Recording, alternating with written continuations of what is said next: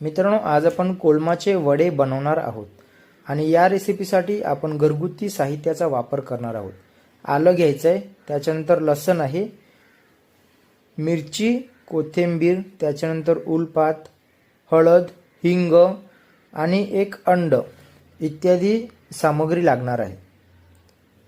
हे सर्व मिश्रण एकत्र करायचे आहे आणि त्याच्यानंतर छोट्या छोट्या आकाराचे वडे बनवायचे आहेत आणि ते तेलामध्ये फ्राय करायचे आहेत. वडे मीडियम फ्लेमवरती फ्राय करायचे आहेत आणि थोड्याच वेळानंतर ते फिरवायचे आहेत.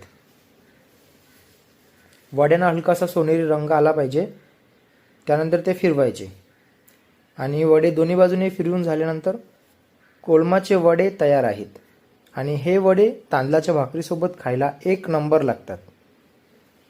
ही रेसिपी तुमच्या घरी एकदा नक्की ट्राय करा. बघा, आतून वडा असा दिसतो.